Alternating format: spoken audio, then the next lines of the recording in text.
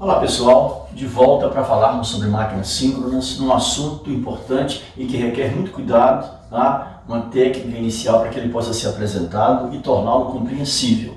Estamos falando das máquinas síncronas de rotor de polos salientes, não é verdade?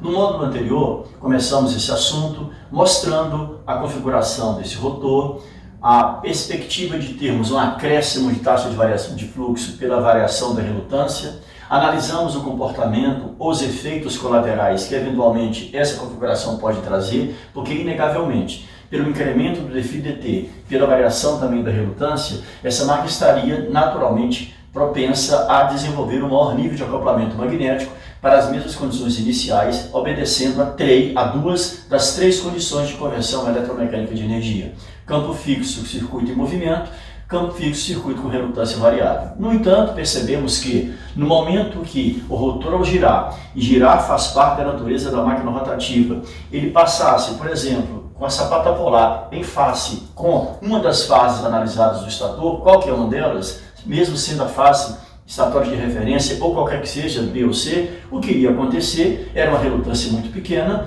um acoplamento magnético extremamente avantajado e um excelente rendimento naquele momento. Porém, com a rotação da máquina, num dado momento, a face em questão, a face A, estaria exatamente alinhada na região interpolar, no espaço interpolar, numa variação de relutância muito grande, causando uma dificuldade do enlace de fluxo. Essa onda seria rebatida ao ambiente do estator ou da armadura, causando uma forte atenuação, e aí, nessa situação, as componentes harmônicas ímpares, principalmente a terceira, que não era significativa, ao longo da sapata polar, ela se mostrou agora efetivamente importante e distorce também. Além da onda ser atenuada, ela aparece levemente distorcida, principalmente pela componente terceira harmônica. Muito bem, isso é um fato, tá bom? Então o que nós podemos trabalhar um pouco mais nessa parte introdutória da máquina de polos salientes, para nos darmos mais recursos, uma visão mais verossímil desse equipamento?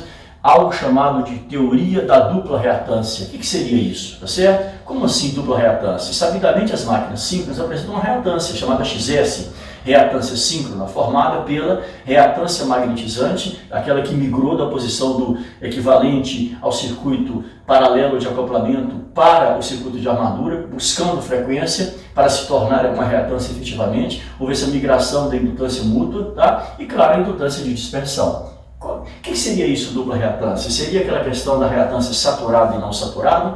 Evidentemente que não. Aquelas duas reatâncias são comportamentos distantes de máquinas para regimes diferentes. Regime permanente, tensões e frequências nominais, circuito saturado, reatância síncrona saturada. Quando ela vive um curto-circuito, o efeito é desmagnetizante, é não linear, o circuito se encontra não saturado e a reatância passa a ter esse comportamento de não saturação. Não se trata disso. Então, que negócio é esse de teoria ou dupla reatância que uma eventual máquina de polos salientes pode apresentar? Muito bem, no sentido de tentar facilitar o entendimento dessa situação, nos dar também mais um recurso, a gente bolou um experimento a ser realizado com uma máquina síncrona. Aqui nós temos aquele mesmo perfil, aquele mesmo diagrama apresentado no módulo anterior, uma máquina síncrona trifásica, bipolar, de rotor de polos salientes, na medida em que, sabidamente, ao longo de um ciclo mecânico completo da máquina, tudo o que acontecer para um par de polos acontecerá igual para todos os outros, tenha quantos polos a máquina tiver. Então usamos o artifício da configuração bipolar por questão de facilidade do desenho, apenas isso, tá? A gente pode generalizar, evidentemente, todas essas informações na medida em que deltinha elétrica P sobre 2 deltinha mecânica. Já sabemos disso a longa data, questões levantadas nesse nosso fórum aqui, nesse espaço de conversa ou de discussão. Perfeito? Então, muito bem. Olha o experimento que nós vamos propor para vocês, tá? Bom, temos uma máquina síncrona aqui, naturalmente o seu estator está ligado, é um estator trifásico, poderia estar ligado em triângulo estrela, ação motora geradora irrelevante, e o rotor, sabidamente, excitado por uma bateria, por uma tensão contínua. Pois muito bem, observem a seguinte situação. Vamos pegar o circuito estatórico desta máquina, como eu disse para vocês, evidentemente trifásico, e vamos conectá-lo em estrela. Aqui. Esse é o estator da máquina. Atenção para essa informação, atenção para a proposta inicial desse experimento. Esse é o estator dessa máquina, ok? Vamos pegar o circuito rotórico e, evidentemente, mergulhado no ambiente do estator, deixá-lo aqui, ambos a princípio sem nenhuma alimentação. Como eu disse anteriormente, insisto, é um experimento envolvendo a estrutura natural da máquina síncrona de polos salientes.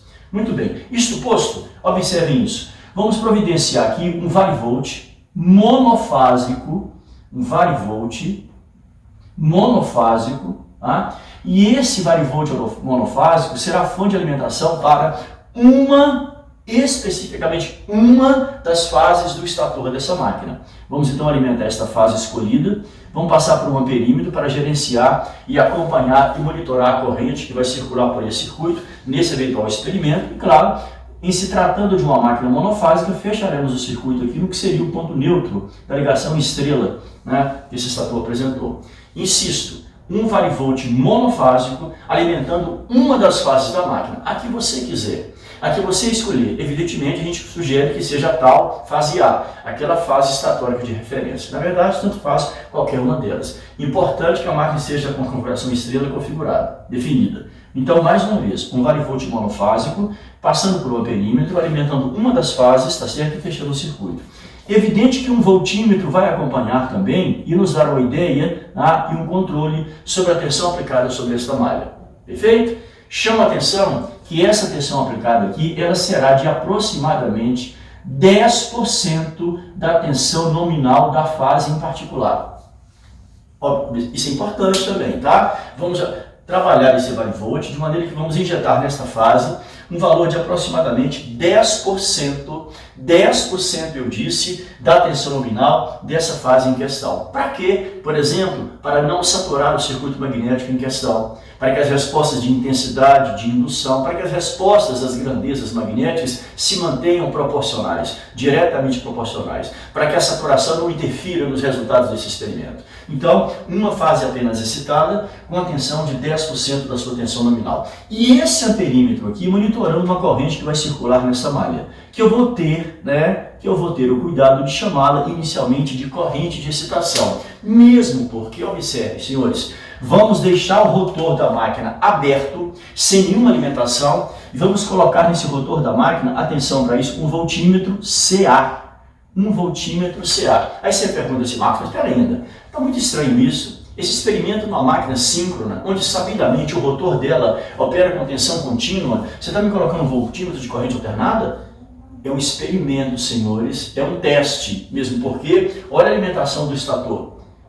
Pergunto eu, teremos produção de campo magnético girante, uma alimentação estatórica desse nível? Em absoluto. Teremos no máximo um campo pulsante, tá? Em função de quem? De estar com apenas uma fase excitada. Se você olhar com um pouco de cuidado, você vai perceber que se trata aqui de uma proposta, de uma ideia, tá? De uma estratégia para que essa máquina apresentasse, pelo menos momentaneamente, um comportamento de um transformador monofásico durante o ensaio vazio.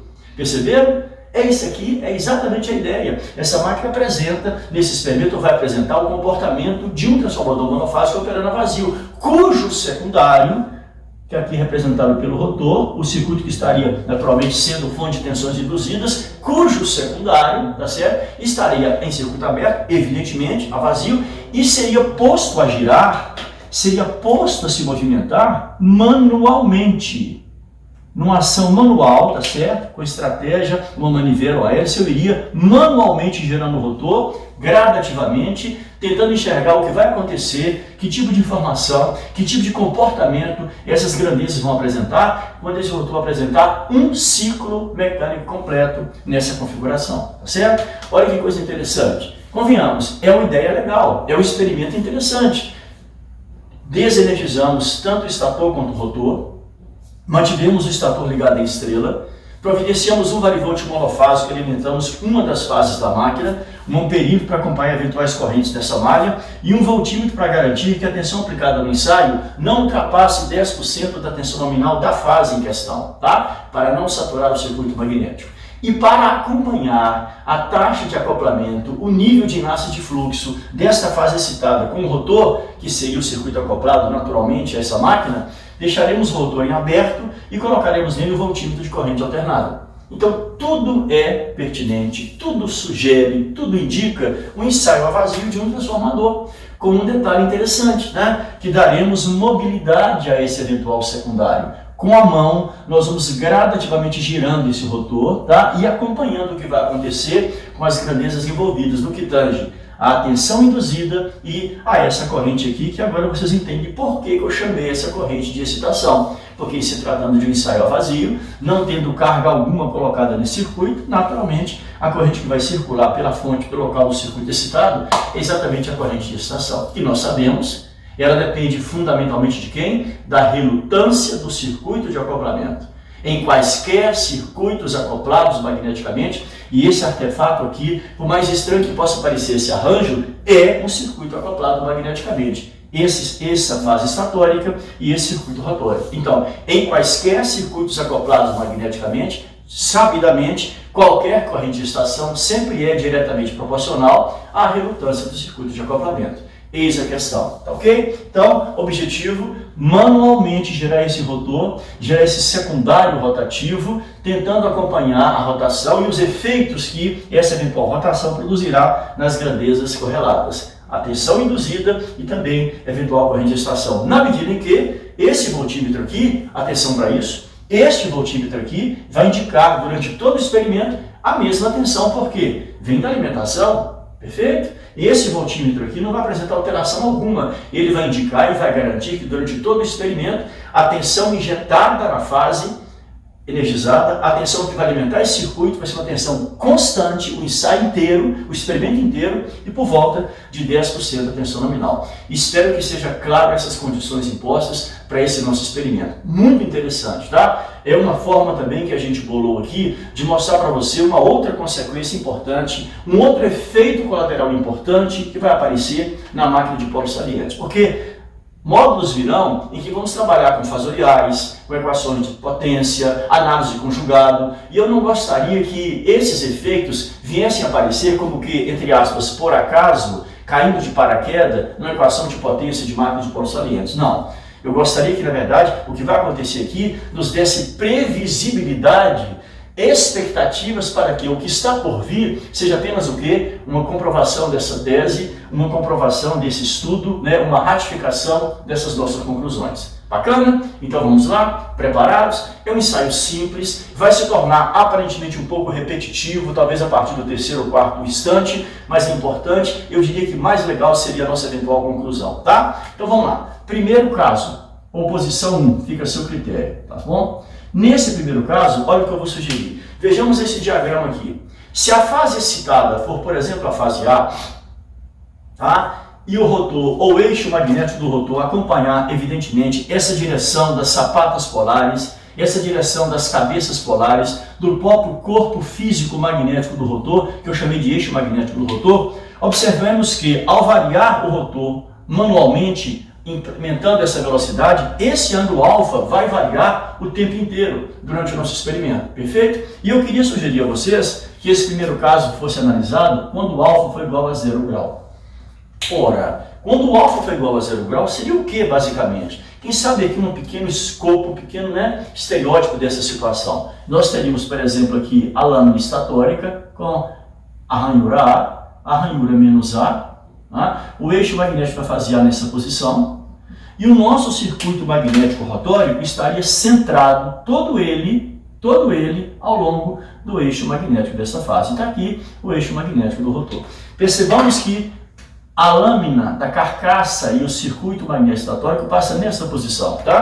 Então observe o tamanho do entreferro, o tamanho do espaço de ar, do gap, né, que vai separar a cabeça polar do rotor e, naturalmente, o eixo magnético da fase A, onde estaria, por exemplo, o circuito magnético de armadura. Então, no que diz respeito a grandezas eletromagnéticas de acoplamento, vamos fazer um exercício aqui. Por exemplo, perguntaria: a quantas anda a relutância de acoplamento magnético entre a fase estatórica A energizada, que seria o nosso circuito indutor, e o eixo magnético do rotor em aberto, que seria o nosso circuito induzido, o nosso eventual secundário? Ora, eixos alinhados, eixos paralelos entre si, por si só já seria um ponto de acoplamento magnético maximizado. Somando-se a isso, olha a dimensão do entreferro, extremamente reduzido, quer dizer, temos condições excepcionalmente favoráveis para acoplamento magnético, o que significa dizer que o nível de relutância de acoplamento nesse momento do circuito, para esse instante, é a menor possível. Então eu chamaria essa relutância de relutância mínima,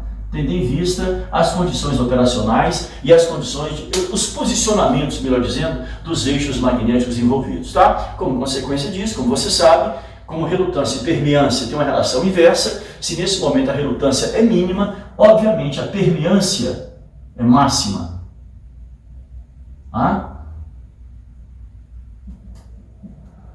Tendo em vista que o nível de acoplamento magnético, as condições de enlace magnético são altamente favoráveis, tá vendo? Beleza? Vamos em frente. No que tange, por exemplo, a enlace de fluxo, o acoplamento magnético, mais uma vez, condições maximizadas. O ponto é um ponto ótimo. Vocês sabem, estão comigo há muito tempo nesses nossos passos aqui, eu não tenho hábito, eu não gosto de usar o termo ideal para a máquina elétrica. Fica um termo muito assim, sabe, inverossímil, fora de questão, surreal. Então, é um ponto ótimo no que tange acoplamento magnético. Eu diria, então, que do ponto de vista de enlace de fluxo ou fluxo concatenado, mais uma vez, ou melhor, fundamentalmente, ele é máximo nessa condição também. E como nós já costumamos a fazer aqui, se queremos representar, simular, fazer o papel de uma grandeza elétrica que iria representar esse grande espaço, esse grande momento de acoplamento magnético, esse ponto ótimo, evidentemente uma indutância, indicando um grande container, um grande manancial de linhas de campo, tendo em vista o máximo efeito de enlace de fluxo. Então, se uma indutância pudesse representar esse momento, seguramente ele seria máxima também, tá? Indicando o ponto ótimo de acoplamento magnético entre o eixo da fase excitada e o eixo magnético do rotor. E olha só, presta atenção, no que diz respeito à corrente de estação, o que eu vejo que nesse instante, tá? Se ela é, como qualquer corrente de estação, diretamente proporcional à relutância, nesse instante, essa corrente de estação atinge valor mínimo.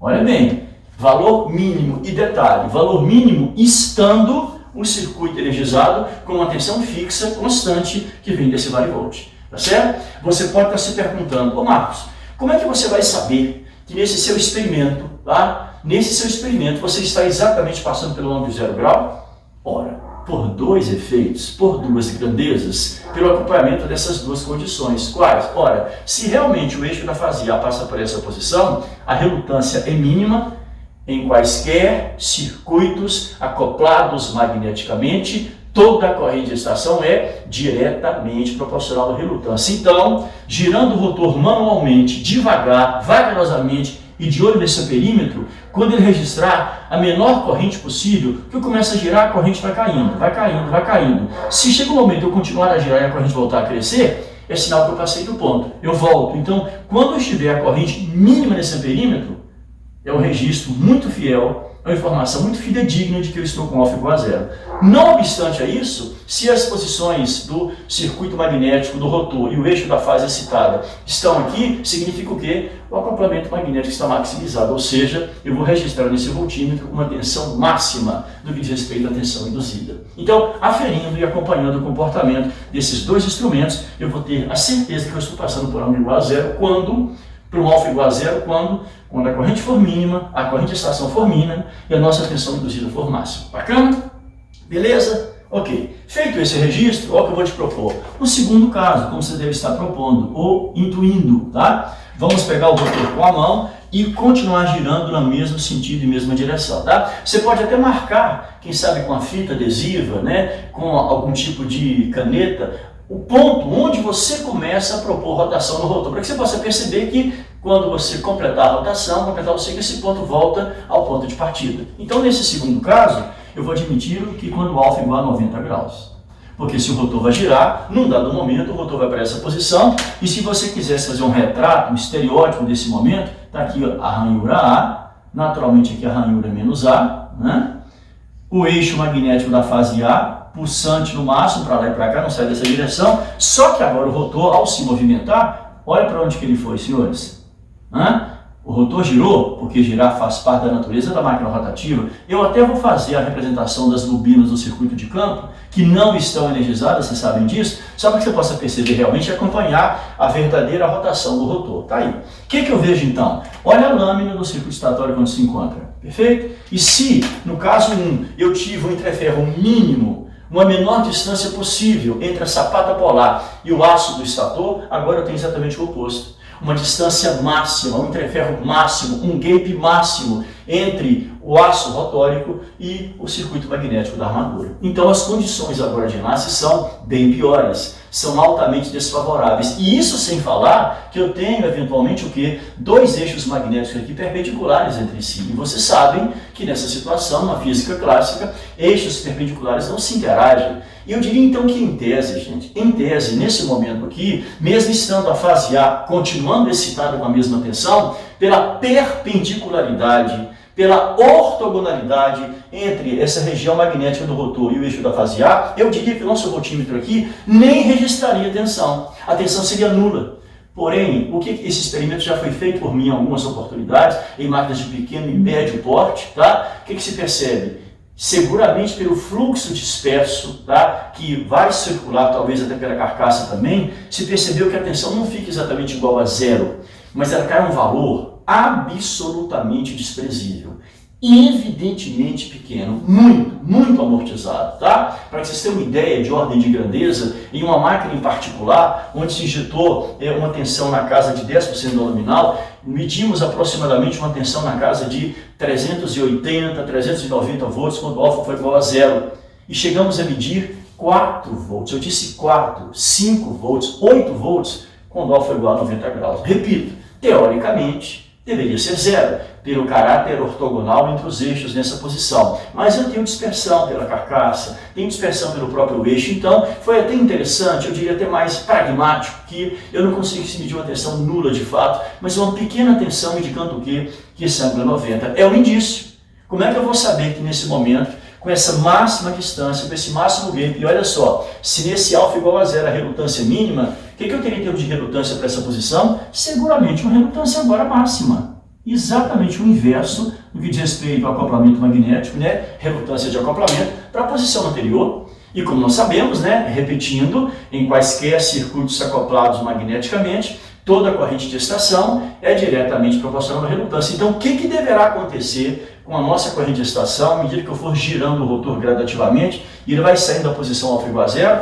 A corrente de estação começa a crescer, tá? Indicando o acompanhamento do crescimento da relutância. E quando esse período registrar a máxima corrente medida possível nesse experimento, eu tenho certeza que meu alfa é igual a 90 graus. Tá? E eu diria, aqui é uma sequência quase que natural, né? Se a relutância é máxima, naturalmente a permeância é mínima.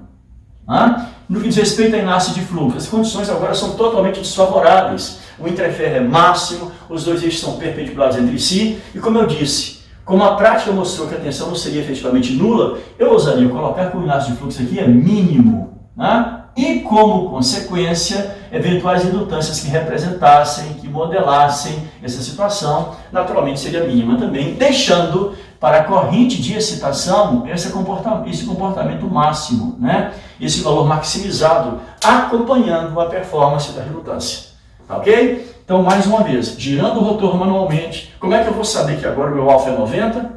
Quando eu tiver simultaneamente a máxima corrente registrada nesse período, aquela coisa, eu vou girando o rotor, a corrente vai crescendo, crescendo. Se ela continuar a girar muito lentamente, é bom frisar, o período começar a dar sinais de cair, de queda, eu volto para a posição anterior. Eu vou pegar o ponto de máxima corrente, o que significa mínima tensão induzida no nosso voltímetro. Bacana? Já perceberam que deve ser um instrumento aqui com escalas de tensões bem elásticas, bem abrangentes, para pegar esse ponto de máxima tensão induzida, quando o alfa for zero, e de tensão induzida desprezível, quando o alfa exatamente for igual a 90.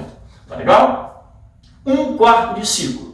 Observe que saímos de relutância mínima para máxima, eu diria, com todos os valores intermediários possíveis no que diz respeito a esse acoplamento magnético ao seu valor de relutância. Eu saio do mínimo para o máximo no que diz respeito à relutância ao longo dessa relação de 1/4 de ciclo. Combinado? Olha, vocês já perceberam que a ideia é girar de um ciclo mecânico completo. Um terceiro caso aqui, seria naturalmente como quando o alfa fosse igual a 180 graus. Já perceberam, tá? Já intuíram que essa condição vai nos levar a um estereótipo dessa natureza aqui, ó. O eixo magnético da fase continua na sua posição original, tá certo? E agora o rotor, observem, data venha tenha girado sobre o seu próprio eixo, e aí a posição dos enrolamentos vão nos ajudar nessa visualização, mas o que eu vejo, tá? Que no que diz respeito ao acoplamento magnético, Tendo em vista que eu não teria uma polaridade pré-estabelecida, olha só, a questão é ordem de grandeza de parâmetros. Olha o tamanho do entreferro dessa posição 3. Exatamente o mesmo da posição 1. Para o acoplamento magnético, no que tange acoplamento magnético, eu diria, comportamento da relutância nesse momento, ela volta a ser mínima. Ela não tem a capacidade de perceber, né, que na verdade ali o que aconteceu é que o rotor, né, fez esse KPI de 180 graus, no ângulo raso de fato, ela não vê isso, ela vê o tamanho de entreferro, e nesse caso realmente o entreferro é mínimo. O que significa o quê? O que significa para nós uma permeância maximizada, ela cresceu. O enlace de fluxo naturalmente máximo outra vez, as condições de acoplamento são ótimas, como aquelas verificadas no caso 1, e esse acoplamento, esse enlace de fluxo maximizado pela posição dos eixos, tá? Olha a posição do eixo magnético do rotor, por exemplo, alinhado ao eixo magnético da fase A, condição totalmente, né, diferente da verificada no caso anterior, maximiza o enlace, e isso representa o quê? Aquele container, aquele ponto excepcionalmente bom, né, de enlace de fluxo. Então a nossa indutância tende a crescer, voltando ao patamar que atingimos no caso 1. E a nossa corrente de excitação, como boa corrente de excitação, acompanha sempre o comportamento da relutância. Se a relutância voltou a ser mínima, naturalmente a corrente de excitação também voltou a ser mínima.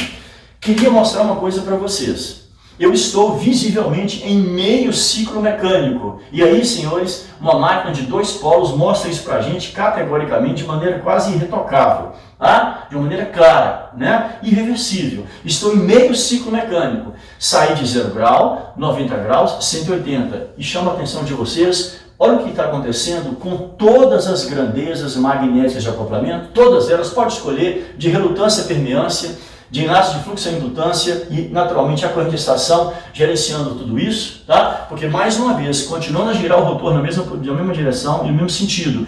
Como é que eu sei que eu estou em 180? Corrente máxima, tensão mínima. Corrente mínima, tensão máxima, tá? Claro que eu olho, aquele marcador que eu fiz no rotor está lá do outro lado. Está na posição mecanicamente oposta. Lembram? Máquina de 2 polos, estar mecanicamente oposto significa estar também magneticamente oposto. Então eu garanto que eu estou a 180 graus. Meio ciclo mecânico. E observe, olha o comportamento da relutância. Ela começou no valor mínimo, se me permitirem, olha isso, começou no valor mínimo, em 0, atingiu um valor máximo, tá certo? Em 90 e voltou a um valor mínimo, tá certo? Então observem que a partir do valor mínimo, fui a um valor máximo e voltei ao valor mínimo. Se você observar isso e tentar, de certa forma, registrar esse comportamento, a relutância sai de um vale, vai a uma crista e volta a um vale. Olha só, distância entre vales significa o quê? Um comprimento de onda. Se você pensar em termos de permeância, ela sai de um máximo, vai ao mínimo e volta ao máximo, outra vez, distância de crista a crista, um comprimento de onda. Se você pega o componente de fluxo, fluxo máximo, passa por um mínimo e volta ao máximo, idem. Se você pegar a indutância, ela parte de um máximo, vai ao mínimo, ao vale e volta ao máximo, a mesma coisa. Se você pega a corrente de estação, ela parte de um mínimo, um vale, vai ao máximo, uma crista e volta a um vale. Será então que é correto essa colocação que nessa máquina de polos salientes bipolar, para meio ciclo mecânico, todas as componentes eletromagnéticas de acoplamento completam um ciclo completo? Um ciclo inteiro, eletromagneticamente falando? Olha bem, senhores, tá? Eu acho, quando eu falei que talvez o raciocínio fosse um tanto quanto repetitivo, é que eu nem vou usar, nem precisa que façamos isso. Por quê? O que seria um quarto caso? Alfa igual a 270 graus? O que eu teria então 270? Uma repetição literal de todos os argumentos apresentados, né, aqui no segundo caso. A relutância, o rotor ficaria nessa posição de novo, naturalmente invertido, voltaria a estar uma relutância máxima, uma permeância mínima, um enlace mínimo, uma indutância mínima, corrente de estação máxima. Ou seja, uma situação parecidíssima, idêntica para serializar com o caso 2. E quando eu fechasse o quinto caso, ou seja, aí sim, eu fecharia o ciclo mecânico completo. Um ciclo mecânico, o que eu vejo? Eu veria que as componentes magnéticas voltariam ao caso 0 grau ou 180. Ou seja, olha que coisa interessante. Numa máquina de polos salientes bipolar, quando eu completasse um ciclo mecânico, o que iria acontecer com todas as grandezas de acoplamento magnético envolvidas? Elas iriam completar 2 ciclos. Olha só, 0 grau, relutância, 0 grau mínimo, 90 graus, máximo, crista, 180, mínimo, um ciclo, 270, crista, 360, mínimo, mais um ciclo. Ou seja, você está querendo dizer para mim que nessa máquina, quando o rotor completar um ciclo mecânico, a onda de relutância, a componente de permeância, a componente de enlace de fluxo, a componente de indutância e o comportamento da corrente de estação seria de uma componente de quem? De frequência dupla, de segunda frequência, ou seja, de segundo harmônico. Olha aí, olha aí. Então, isso tinha que ser apresentado para vocês com cuidado, né, com estratégia específica e particular, porque já tínhamos visto no módulo passado que em alguns pontos particulares, 90, 270, ou seja, sempre que a relutância fosse máxima, como a onda de armadura é rebatida, fortemente atenuada, os harmônicos ímpares, atenção para isso, a família de harmônicos ímpares, devido à saturação do circuito magnético da armadura, iriam influenciar, distorcendo a onda de fluxo que foi fortemente atenuada pelo entreferro de alta relutância. Isso aqui é outra conversa, isso aqui é mais um componente, isso aqui é uma outra situação. Essas componentes de relutância, permeância, enlace de fluxo, indutância e corrente de estação que se mostraram com uma frequência dupla em relação à rotação da máquina, não tem absolutamente nada a ver com saturação do circuito magnético. Data venha, olha isso aqui, a tensão que alimenta a fase está em 10% do seu valor nominal. Eu estou no início da curva BH, sabidamente em toda essa situação, o circuito não se encontra saturado, exatamente para desvincular completamente de saturação de máquina, logo de harmônicos ímpares, de uma família de harmônicos ímpares, o que nós estamos constatando aqui. E é apenas o segundo harmônico, não uma família de harmônico par. Eu não tenho quarto harmônico, não tem sexto, não tem oito, apenas o segundo harmônico. Então preste atenção. Agora torna-se previsível que em toda máquina simples de rotor de polos salientes, aí eu posso generalizar. Por quê? Deltinha elétrica, P sobre 2, deltinha mecânico. O que acontecer para qualquer dois pares de polo, ou um par de polo, acontecerá igual para todos os outros, porque eu tenho o respaldo desse teorema da correspondência biunívoca e bicontínua frequência e velocidade. Então, eu posso generalizar. Em qualquer máquina simples de rotor de polos salientes, tá? Quando o rotor completa um ciclo mecânico, eu terei o quê? Componentes de segundo harmônico vinculadas à onda de fluxo fundamental. Tá? Então é mais uma componente que está agregada ao fluxo, que tem que ser avaliada com cuidado, tem que ser levada em consideração, porque seguramente ela vai causar algum tipo de distorção, algum tipo de desarranjo nessa máquina na onda resultante, inclusive tornando até situações imperativas para quê? Para eventuais paralelismos de uma máquina como essa com a máquina de rotor cilíndrico, por exemplo, porque você sabe, questões já discutidas nesse nosso espaço, que uma das condições importantes e decisivas para colocar máquinas simples em paralelo é que tenham mesma forma de onda. Então observe, eu terei terceiros harmônicos, quintos, sétimos, nonos, a família harmônica ímpar inteira, também na máquina de rotor cilíndrico, né, causando aquela saturação. Não tão efetiva quanto a questão da rotor de polos salientes, pela variação do entreferro, ao longo desse espaço que compreende o eixo, que eu diria, interpolar da máquina. Mas, de qualquer maneira, isso pode acontecer, essa saturação também na máquina de rotor cilíndrico. Mas essa variação de relutância causando segundo harmônico é efeito colateral exclusivo de uma máquina simples de rotor de polos salientes. Ok? Então prestemos atenção nisso. Em uma máquina simples de rotor de polos salientes, toda vez que você completa um ciclo mecânico, você vem, né, você traz também junto, agregada à onda de fluxo fundamental, essa componente segundo harmônico da máquina. Perfeito? E para fecharmos com chave de ouro, eu espero, esse nosso papo desse módulo, observe uma coisa importante. Talvez você esteja se perguntando, é impressão minha, né? Ou parece que eu estaria contrariando a lei do idioma, por exemplo, desse circuito, ferindo a lei da eletricidade clássica. Qual? Espera ainda. Se a tensão que alimenta o circuito é constante e a impedância está aqui construída, ora, como é que pode a corrente variar? V vezes I. Lei de Ohm clássica, se a tensão que alimenta o circuito é sempre constante e a impedância, o enrolamento à frente dele é sempre o mesmo, não varia em momento algum, como que essa corrente varia de um valor mínimo a um valor máximo? Eu estou ferindo, estou agredindo a lei de Ohm assim categoricamente? Será mesmo? Se eu fechar a minha atenção, se eu fechar o meu foco, né, se eu estiver ali vinculado numa visão exclusiva da impedância dessa bobina, se ela estivesse isolada no espaço, sozinha, eu concordo com você. Mas ela se interage com essa o tempo inteiro. Através de quem? De mútuas. de reatâncias mútuas. Então, olha que coisa interessante, gente. Agora eu te pergunto, como eu justifico no circuito elétrico alimentado por uma tensão fixa que a corrente varie para valores mínimos ou máximos? Só tem uma explicação factível aqui. Qual? Se a tensão que alimenta o circuito é a mesma. Aqui, categoricamente, condição inicial do momento inicial do experimento, mas a corrente altera, é porque a impedância do circuito ou dos circuitos acoplados está variando ao longo do processo. Não há como você variar a parte da unicidade dos cabos desse enrolamento, né? Então o que está acontecendo? Olha o quadro.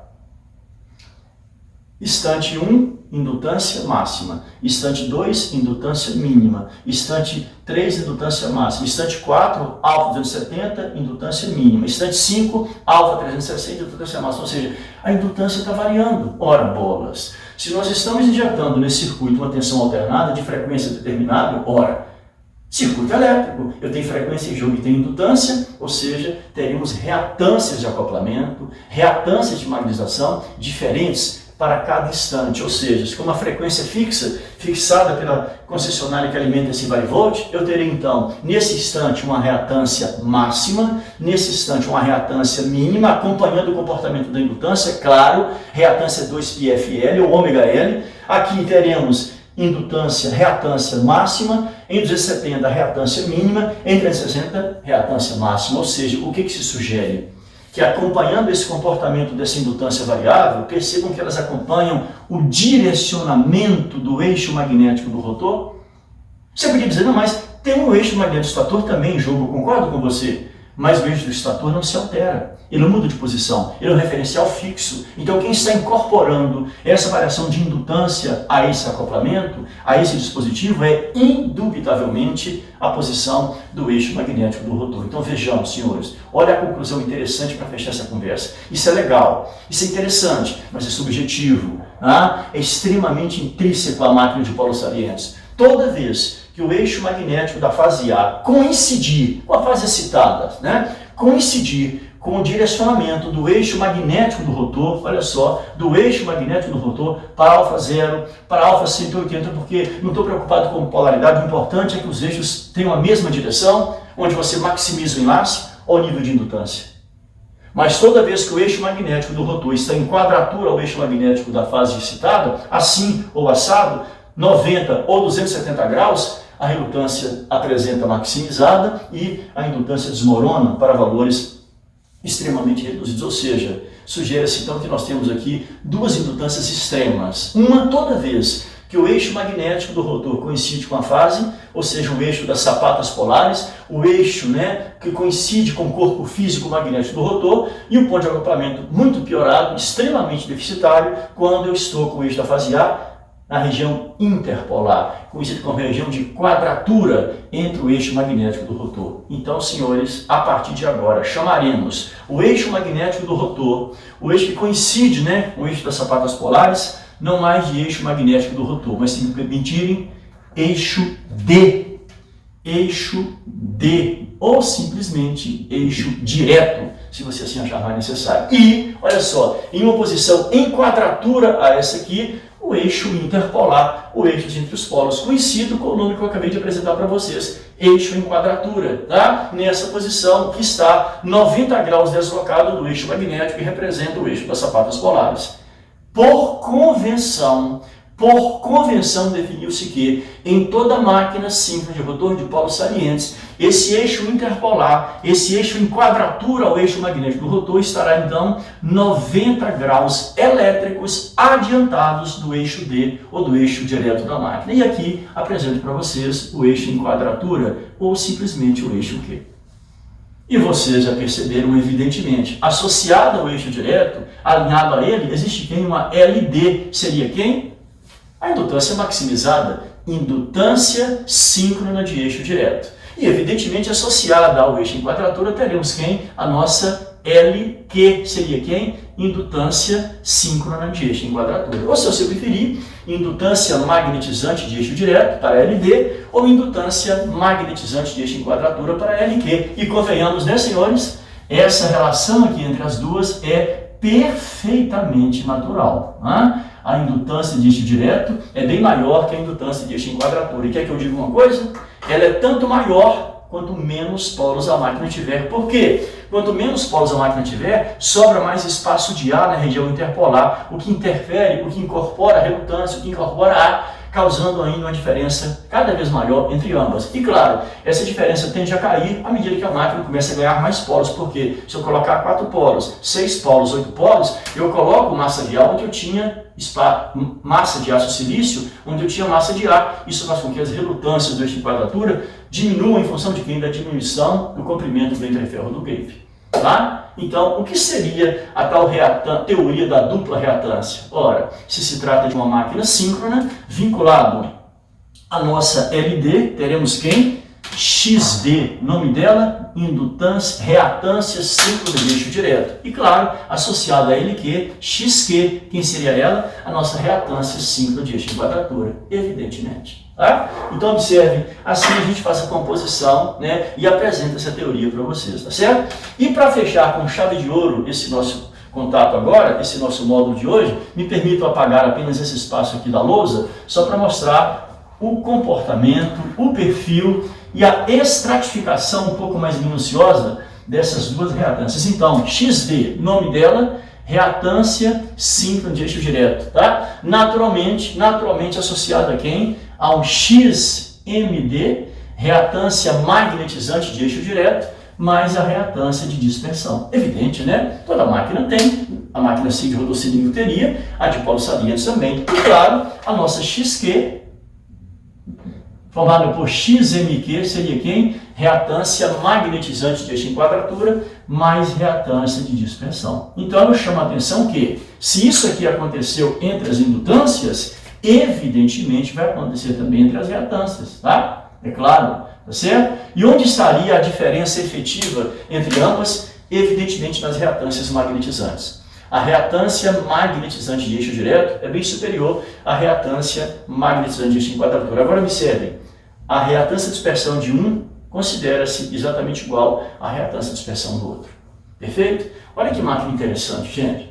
Olha que máquina diferenciada. Insisto, ela não vai mudar absolutamente nada do que já foi dito para a máquina de rotocilíndrico. Ah, mas ela agrega algumas coisas lá, isso ela agrega, tá? E eu preferi começar a falar desse assunto com vocês, mostrando esses efeitos colaterais que ela apresenta, tá? Para depois mostrar os benefícios que essa máquina pode vir a apresentar, porém, já realimentados pelo conhecimento dessas eventuais componentes, né, principalmente no que diz respeito a harmônicos que essa máquina apresenta, e essa novidade sensacional, né, esse comportamento de duas reatâncias associadas aos dois eixos da máquina.